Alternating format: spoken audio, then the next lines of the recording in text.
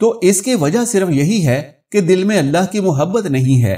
کوئی گلیوں میں دھکے کھا رہا ہے تو کوئی بازاروں میں دھکے کھا رہا ہے، جھوٹے اور تصویری دل بنا کر ایک دوسرے کو گفٹ دیے جا رہے ہیں، جبکہ چین پھر بھی نہیں ملتا۔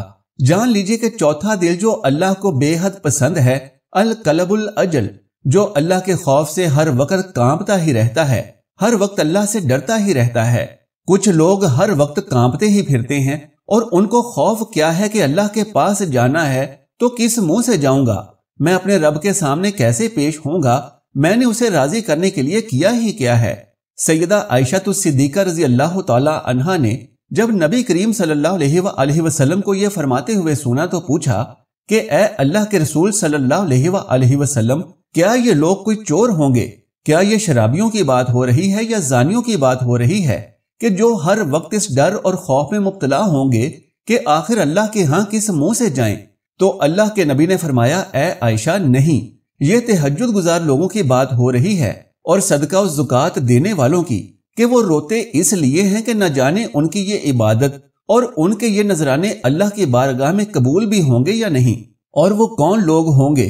حضرت عمر رضی اللہ تعالیٰ عنہ جیسا بہادر لیکن زمین پر بیٹھے ہوئے رو رہے ہیں، پوچھا تو فرمایا کہ کاش میں ایک دھاگا ہوتا اور کل روزے قیامت میرا حساب نہ ہوتا، کاش میری ماں نے مجھے جنا نہ ہوتا کہ میں کل قیامت کو اتنے بڑے اور عظیم المرتبت رب العالمین کو حساب کیسے دوں گا۔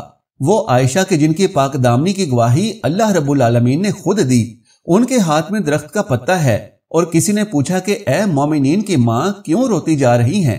کہنے لگیں کاش میں ایک درخت کا پتا ہوتی اور مجھے کوئی جانور کھا لیتا، میں کل قیامت کو حساب کیسے دوں گی؟ تو جان لیجئے کہ ایسا دل جو ہر وقت اللہ کے خوف میں مبتلا رہنے والا ہو، تو ایسا دل اللہ کو بے حد پسند ہے۔ ناظرین محترم، آئیے اب ذرا اپنے دل کا محاسبہ بھی کریں کہ جب کبھی بھول کر کوئی معمولی سی نماز پڑھ لی تو گویا یوں محسوس ہونے لگتا ہے کہ جیسے اللہ پر کوئی احسان کیا ہو، نعوذ باللہ۔ کچھ لوگ بڑے فخر سے یہ بات کہتے ہیں کہ جی میں دن میں 3 نمازیں تو پڑھ ہی لیتا ہوں، جی میں 4 پڑھ لیتا ہوں۔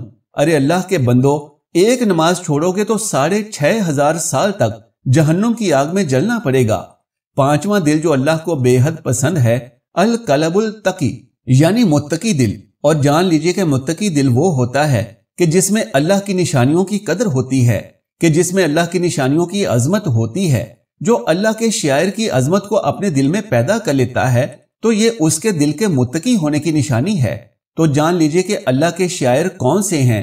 بیت اللہ، مسجد نبوی، بیت المقدس، تمام دنیا کی مساجد، اہل علم، اہل قرآن، علماء کرام، یہ اللہ کی نشانیاں ہیں۔ چھٹا دل جو اللہ کو بے حد پسند ہے، القلب المہدی، یعنی ہدایت یافتہ دل۔ اور جان لیجئے کہ ہدایت یافتہ دل کون سا ہے؟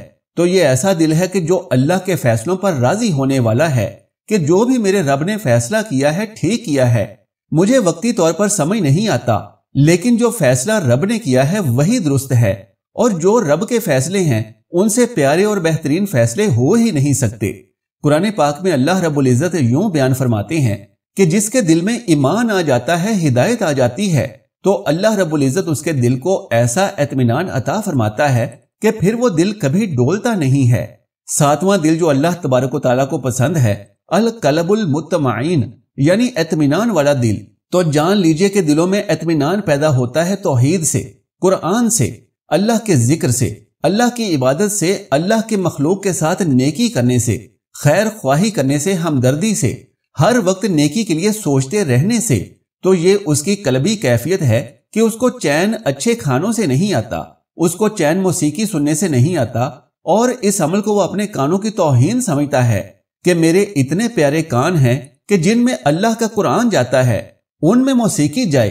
کیونکہ مومنوں کے دلوں کو سکون اور چین ملتا ہے تو اللہ کے ذکر سے ہی ملتا ہے۔ اللہ کا ذکر ہوگا تو انہیں چین آئے گا، لہٰذا اپنے دلوں کے اندر اگر سکون چاہتے ہو تو اللہ کا ذکر کرو۔ اور جان لیجئے کہ 8واں دل جو اللہ کو بے حد پسند ہے وہ ہے القلب الحی، یعنی زندہ دل۔ تو اب پوچھنے والے پوچھیں گے کہ کیا کوئی دل مردہ بھی ہوتا ہے؟ جی بالکل، دل مردہ بھی ہوتے ہیں۔ ایک زندہ دل ہے اور ایک مردہ دل ہے۔ مردہ دل اللہ کو پسند نہیں ہے، لیکن زندہ دل اللہ کو بے حد پسند ہے۔ تو جان لیجئے کہ زندہ دل وہ ہوتا ہے جو قرآن اور حدیث کو غور سے سنتا ہے اور پھر اپنے اندر اس دین کی بات کو جگہ دیتا ہے اور اپنے محبوب آقا صلی اللہ علیہ وآلہ وسلم کی جو حدیث سنی تو اٹھنے سے پہلے یہ تہیہ کر لیتا ہے کہ میں نے یہ کام ضرور کرنا ہے۔ اور مردہ دل وہ ہے کہ کبھی کبھار منافقین بھی اللہ کے رسول کی مجلس میں آ جایا کرتے تھے، وہاں بیٹھے رہتے جبکہ ان کی سوچ کسی دوسری ہی طرف ہوتی، تو ایسے لوگ جب نبی کی مجلس سے اٹھ کر جانے لگتے تو پوچھتے کہ محمد ابھی کیا کہہ رہے تھے؟ ذرا سوچیں کہ اللہ کے نبی نے بات کی ہو یا ان کی کوئی بات پہنچی ہو تو لوگ اسے بھی غور سے نہیں سنتے۔ تو قرآن و حدیث کو سننا، سمجھنا، اسے اپنے دل میں جگہ دینا اور اس کے مطابق عمل کرنے کے لیے سوچ بچار کرنا، یہ زندہ دل ہونے کی نشانی ہے۔ اللہ تبارک و تعالیٰ سے دعا ہے کہ ہمیں بھی اپنے پسندیدہ ان 8 دلوں کی کیفیات نصیب فرما دے، آمین یا رب العالمین۔ محترم ناظرین، زندہ دلی کا ثبوت دیتے ہوئے سب سے پہلا نیکی کا کام یہ کریں کہ نیچے کامنٹ باکس میں اللہ رب العزت کا ایک خوبصورت سا نام تحریر فرما دیں، پھر اس ویڈیو کو اپنے تمام جاننے والوں تک پہنچائیں تاکہ وہ بھی نیکی کی بات کو سن سکیں۔ اگر ابھی تک چینل کو سبسکرائب نہیں کیا تو ابھی سبسکرائب بھی کر لیں۔ جزاک اللہ خیرن کثیرا۔ اللہ ہم سب کا حامی و ناصر ہو۔